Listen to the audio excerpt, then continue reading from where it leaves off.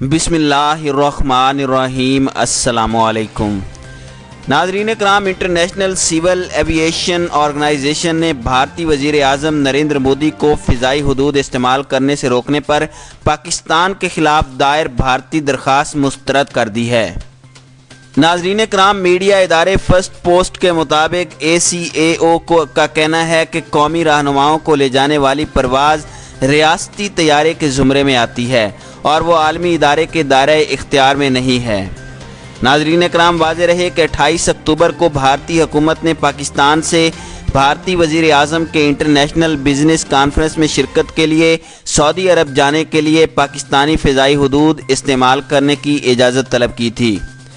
وزیر خارجہ شاہ محمود قریشی نے بیان جاری کرتے ہوئے کہا تھا کہ یہ فیصلہ یوم سیاہ اور مقبوضہ جموں اینڈ کشمیر میں انسانی حقوق کی سنگین خلاف ورزیوں کے تناظر میں کیا گیا ہے۔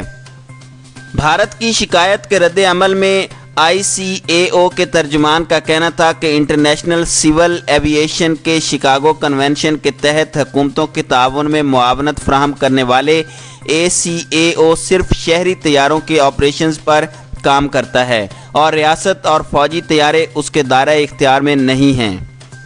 ان کا کہنا تھا کہ قومی رہنماؤں کو لے جانے والے طیارے ریاستی طیارے ہوتے ہیں اور وہ ICAO کے دائرہ اختیار میں نہیں آتے۔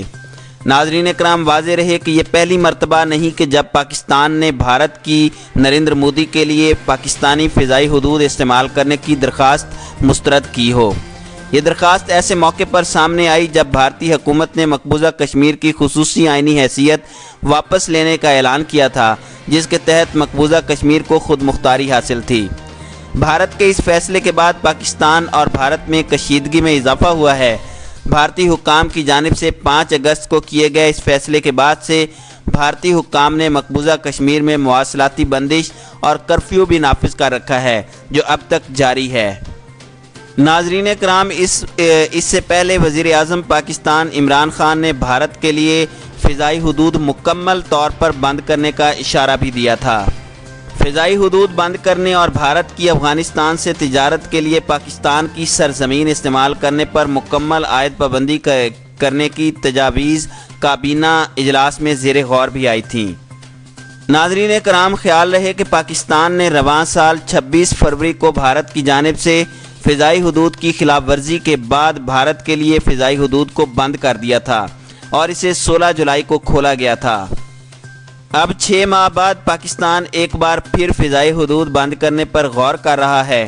بھارت پر اس کے کیا اثرات مرتب ہوں گے، اس کا اندازہ فروری سے جولائی تک بند رہنے والی پابندی کے اعداد و شمار سے لگایا جا سکتا ہے، جو بھارتی میڈیا نے خود مختلف رپورٹس میں بتائے ہیں۔ ناظرین کرام، بھارت سے جو طیارے پاکستانی حدود سے گزرتے ہیں ان پر اس پابندی کے نتیجے میں فلائٹ کا دورانیہ کم از کم 70 سے 80 منٹ تک اضافہ ہو جائے گا۔ پاکستانی حدود میں 11 فضائی روٹس ہیں اور فروری میں پاکستان نے مکمل فضائی حدود بھارت کے لیے بند کر دی تھی، جبکہ مارچ کے بعد اسے جزوی طور پر کھولا گیا۔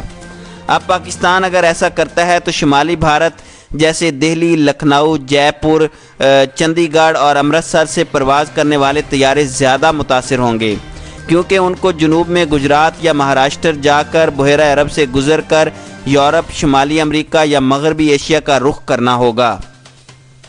ناظرین کرام، فروری میں لگائی جانے والی پابندی کے بعد ایئر انڈیا کی دہلی سے شکاگو تک نان سٹاپ پرواز کو ایندھن بھروانے کے لیے یورپ میں رکنا پڑ رہا تھا اور ہر ری فیولنگ پر اوسطاً 50 لاکھ روپے کا خرچ ہوتا تھا۔ اسی طرح ایک اور فضائی کمپنی انڈیا گو کی دہلی سے استنبول تک نان سٹاپ پرواز کو دوحہ میں ری فیولنگ کے لیے رکنا پڑتا تھا، جبکہ اسپیس جیٹ نے دہلی سے کابل کا روٹ ہی ختم کر دیا تھا۔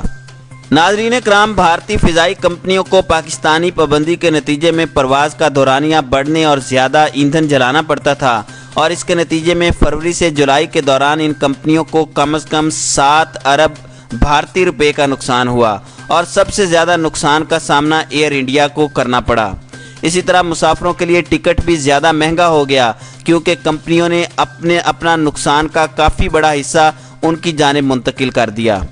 ناظرین کرام، اب اگر پاکستان فضائی حدود بند کرتا ہے تو اس سے بھارت کے نقصان کا اندازہ اس کے دورانیے سے ہوگا۔ مگر وہ بھی یقیناً اربوں روپے میں ضرور ہوگا۔